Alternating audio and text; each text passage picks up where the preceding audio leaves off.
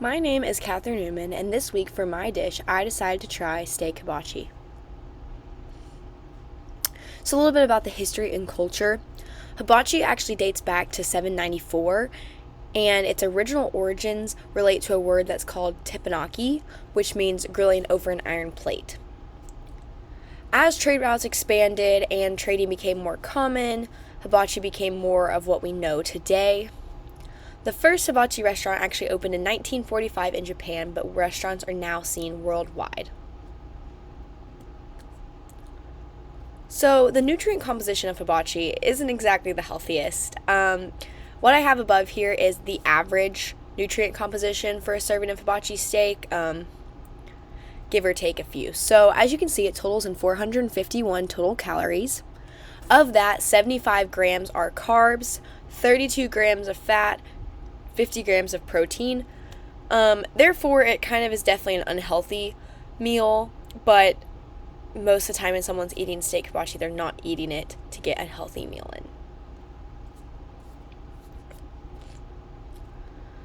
Its relationship to disease is actually depending on each part of the meal.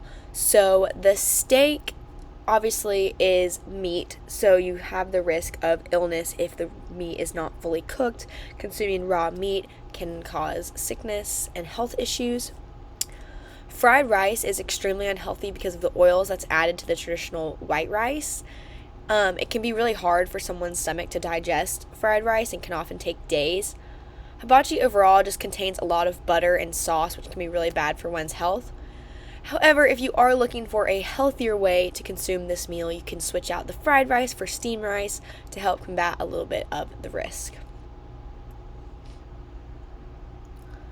So, as I have below is the most common ingredients for hibachi. So those include rice, eggs, steak, and sauce were the common ingredients found. On the right here, I have a basic hibachi ingredient list for each portion, including the fried rice, the hibachi steak, and the hibachi vegetables.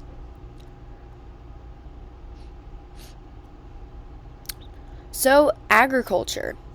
Throughout my research, I actually found that the most important agricultural crop in Japan is rice and vegetables, which are both featured in my meal that I have chosen. Meat is produced actually extremely less commonly in Japan and is not at all even close to touching the importance of rice and vegetables. On the right, you'll see a picture of a rice field. It's actually grown in a wet field in order to help it grow properly, which I thought was extremely interesting and made rice more unique.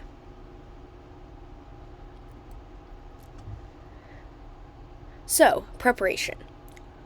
A meal of hibachi steak is simply 3 parts. You're doing the fried rice, the vegetables, and the steak. So if you're creating the whole meal, it can actually take a while to cook. So on the right, I have a step-by-step list of how to make hibachi steak according to a recipe I found online. Some of the main components are marinating and cooking the steak, seasoning and cooking vegetables, and mixing up rice and soy sauce and egg to create the fried rice. The signature sauce that is often featured on all hibachi meals is also listed in cooking, and overall that's the main gist of it. Steak is either cooked in a pan or a grill and then covered in sauce, which is obviously different than a normal way to cook steak on a grill. So yes, that's a basic, dumbed-down preparation of hibachi steak. So my experience with hibachi steak, I really enjoyed trying it. I tried it at a local restaurant here in Knoxville called Tokyo. I'm not personally a huge fan of sauces, so I was definitely afraid that I was not going to like the sauce that was featured in hibachi steak, but I actually really enjoyed it. I would definitely eat it again. It's not like any other meal I've really had before. I felt like it was a very unique taste that I really liked and enjoyed, and I thought that each different component of it was really interesting and enjoyable. So here's the picture of the meal I had. You can see the vegetables, the steak, and then the fried rice, all covered in sauce. So, the most important and prevalent cultural comparison I've found is the emphasis that Japanese culture puts on their meals. So if you've ever read about Japanese mealtime, it's often seen as a sacred time, and it has different traditions and components that go into it. Whereas I feel like here in America, mealtime is just mealtime. Mealtime could be in the car on the way to a game, it could be at a dinner table, it could be wherever.